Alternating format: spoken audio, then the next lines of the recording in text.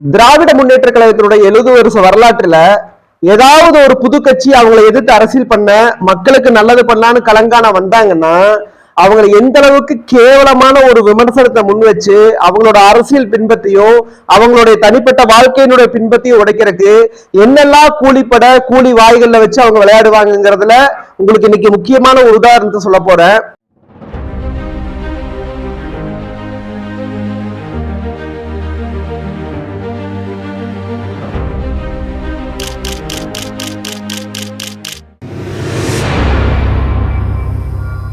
திமுகவினுடைய முக்கியமான ஒரு கொத்தடிமை யூடியூப் சேனலா இருக்கக்கூடிய முக்தார் அவருடைய சேனலை வச்சு திமுகவினுடைய வடிவேல் 2.0 அப்படின்னு கருதப்படுகிற நடிகர் போஸ் வெங்கட் அவர்களை வச்சு ஒரு ஆபாசமான ஒரு மணி நேர வீடியோவை வந்து வெளியிட்டு இருக்காங்க.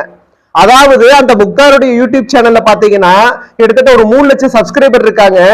ஆனா மதுரை மாநாட்டின் போது முக்தார் அசிங்கப்பட்டார் இல்லையா, பைப்பை திறந்து பார்த்து தண்ணி வந்து வரலின்னு ஒரு பொய் வீடியோ போட்டார் இல்லையா, அப்ப பார்த்தா அவர் சேனலுக்கு வந்து வெறும் 24,000 சப்ஸ்கிரைபர் இருந்தாங்க. ஆனா இப்ப பார்த்தா ஒரு 3 லட்சம் சப்ஸ்கிரைபர் இருக்காங்க. இதுக்கு யார் உதவுனாங்க? சடனா எப்படி இவ்வளோ சப்ஸ்கிரைபர் வந்தாங்க? இல்ல இவரே ஏதாவது வந்து மேனிபுலேட் பண்ணிட்டாரான்னு தெரியல. அப்படி 3 லட்சம் சப்ஸ்கிரைபர் இருந்தாலும் கூட அந்த ஆள் போட்ட வீடியோ எல்லாமே பாத்தீங்கன்னா 100 வியூ, 150 வியூ, 200 வியூ, அதிகபட்சம் ஒரு சில வீடியோ 1000-2000 வியூஸா போயிருக்குது.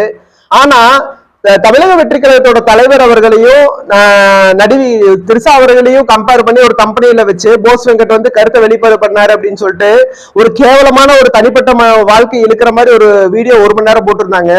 அந்த வீடியோ மட்டும் 1 லட்சம் பார்வையாளர்கள் கடந்து போயிட்டு இருக்குது. இந்த 1 லட்சம் பார்வையாளர்கள் கடந்து செல்றதுக்கு யார் உதவுறாங்க? எந்த ஐடி விங் உதவுது? இல்ல பண செலவு பண்ணி இதை ப்ரொமோட் பண்ணாங்களா அப்படிங்கிறது பின்னாடிதான் தகவல் வெளியாகும். நம்ம விர்ச்சுவல் வேரியன்ஸ் வந்து சும்மா இருக்க போறது இல்ல, கண்டிப்பா அதுக்கு பின்னாடி இருக்கிறது எல்லாமே சொல்லுவாங்க. அதற்கு முன்னாடி போஸ் வெங்கட் அவர்கள் வந்து நடிகர் துறையில, அதாவது வந்து திரைத்துறையில வந்து ஒரு சிறந்த ஒரு கதாபாத்திரங்களை நடிச்சுட்டு வந்த ஒரு நபர் திடீர்னு அரசியலுக்கு வராரு. திடீர்னு கார் வாங்கிட்டு உதயநிதி அவர்களோட தலைமையில ஒரு கலை இலக்கிய பிரிவில் ஒரு பதவி வாங்கிட்டு சடனா வந்து அவரோட முழுநேர அஜெண்டாவே வந்து தமிழக வெற்றி கழகத்தை பத்தியும் தமிழக வெற்றி கழகத்தோட தலைவர்கள் பற்றியும் அவதூறு பரப்புறதும் அவரை பத்த தனிப்பட்ட வாழ்க்கையில தாக்குதல் பண்றதுமே ஒரு பொழப்பா வச்சிட்டு இருக்காரு போஸ் வெங்கட். இதுல இன்னொரு நபர் அந்த யூடியூப் சேனலோட ஓனர் அந்த முக்தார் பாத்தீங்கன்னா அந்த ஒரு ஜேர்னலிஸ்ட் அப்படிங்கிற போர்வையில இருந்துட்டு ஒரு சில்லறத்தனமான வேலைகளை பண்றதுதான் அவரு மும்பரமா இருக்காரு. திமுகவினுக்கு ஒத்துதுகிற கண்டென்ட்டும் ஸ்கிரிப்ட் மட்டும் தான் அவர் வந்து இது வரைக்கும் பண்ணிட்டு இருக்காரு. மதுரை மாநாடு முடிஞ்சதுக்கு அப்புறமே பாத்தீங்கன்னா முழு நேர பணியா வந்து தமிழக வெற்றி கழகத்தை தாக்கி பேசுறதுலயும் தலைவர் விஜய் அவர்களோட தனிப்பட்ட வாழ்க்கை முறையை வந்து விமர்சனம் பண்றது தான் குறியா இருக்காங்க.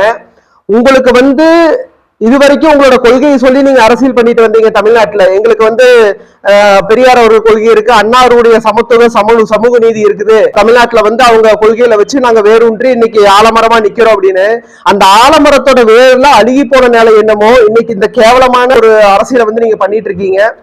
டைரக்டா திமுக இந்த சில்லறத்தனத்தை பண்ணாட்டியுமே நூற்றுக்கணக்கான யூடியூப் சேனலை வச்சுக்கிட்டு நூற்றுக்கணக்கான வாடகை வாய்களை வச்சுக்கிட்டு புதுசா மக்களுக்கு பணி செய்ய வரக்கூடிய அரசியல் சூழ்ச்சிகளே தெரியாத தலைவர்களை ஒரு தனி மனித தாக்குதல் பண்ணி அவங்கள வந்து தூக்கம் இல்லாம ஒரு மன உளைச்சல் ஆக்கி அவங்களை அரசியலை விட்டு போறதுக்கு என்னென்ன வழிகள்லாம் பண்ணணுமோ அதை பண்றதுதான் குறிக்கோளா இருக்கீங்க.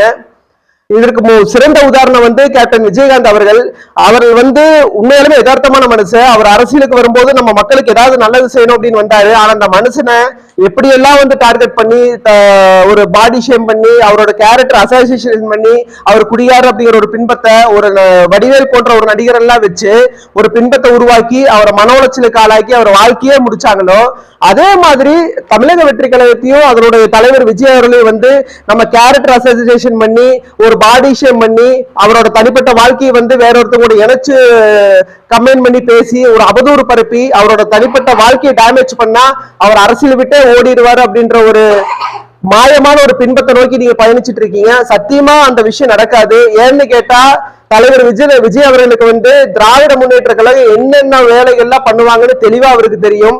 என்னென்ன அரசியல் சூழ்ச்சிகள் பண்ணுவாங்க, என்ன தனிப்பட்ட தாக்குதல் பண்ணுவாங்கன்னு அவருக்கு தெளிவாவே தெரியும். இந்த ஒரு அரட்டல் மிரட்டல் உருட்டலுக்குலாம் எங்க தலைவர் அவர் வந்து பயந்துக்க போறது கிடையாது. போஸ் வெங்கட் அவருடைய அப்பா அவர்கள் வந்தாலுமே இவரோட பின்பற்ற உடைக்க முடியாது. இவர் பெருமையா சொல்லிக்கிறார் போஸ் வெங்கட், எங்க அப்பா வந்து திராவிட முன்னேற்ற கழகத்தில் இருந்தார் அப்படின்னு சொல்லிட்டு. இன்னைக்கு நடிகரா இருந்துகிட்டு ஒரு சில அஜெண்டா வந்து இவருக்கு கொடுத்தாங்க அப்படின்றதுக்காக இன்னைக்கு வந்து விஜய் அவர்களை தாக்கி ஒரு சில அரசியல் விளையாட்டுகளை வந்து விளையாடிட்டு இருக்காரு போஸ் வெங்கட். இது வந்து ஆரோக்கியமான அரசியலுக்கு வந்து கண்டிப்பா கொண்டு செல்லாது.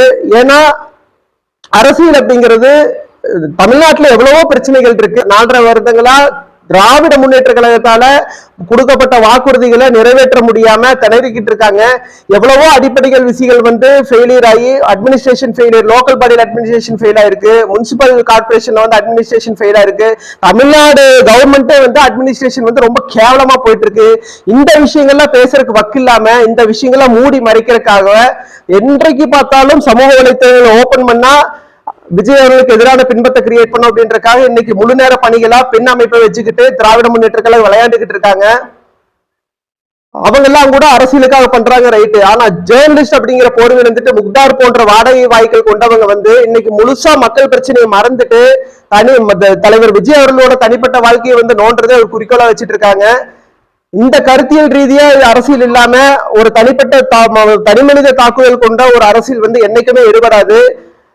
எம்ஜிஆர் ஜெயலலிதா அவர்களை வந்து எப்படி ஒரு அவமானப்படுத்தி அசிங்கப்படுத்தி பெரிய ஆளுமையா உருவாக்க காரணமா இருந்தாங்களோ திராவிட முன்னேற்ற கழகம், அதே தப்பதான் எப்பவும் பண்றாங்க. நீங்க அடிக்க அடிக்க இன்னும் உயரமாக தான் எங்க தலைவர் வந்து எந்திரிச்சு நிப்பாரு, ரப்பர் பந்து மாதிரி. நீங்க எவ்வளவு தூரம் எங்க தலைவர் அடிக்கீங்களோ அந்த அளவுக்கு அவரோட இமேஜ் வந்து கண்டிப்பா 100 அடிங்கிறது 2000 அடி 4000 அடி லட்சக்கணக்கான அடிகள் உயர்ந்தா வளரும் ஒழிய உங்களோட அடிக்கு பயந்து நாங்க மண்ணுக்குள்ள போக மாட்டோம். தமிழக வெற்றி கழகத்தோட வளர்ச்சி எங்க கண்ணுக்கும் மக்கள் கண்ணுக்கும் தெரியுது. மக்கள் எங்களை நம்புறாங்க. மக்கள் எங்களுக்கான ஆதரவை முழுசா கொடுப்பாங்க. உங்களால இந்த அரசியல் சித்தாந்தம், இந்த அரசியல் விளையாட்டு, இந்த அரசியல் சூழ்ச்சி, இந்த அரசியல் தந்திரத்துக்கெல்லாம் எங்க தோழர்களும் எங்க தலைவர் அவர்களும் அஞ்ச மாட்டாங்கன்னு சொல்லிட்டு இந்த காணொலியிலிருந்து விடைபெறுகிற நான் உங்கள் மங்கள மகேஷ். மறக்காம நம்ம சேனலை சப்ஸ்கிரைப் பண்ணுங்க. நன்றி.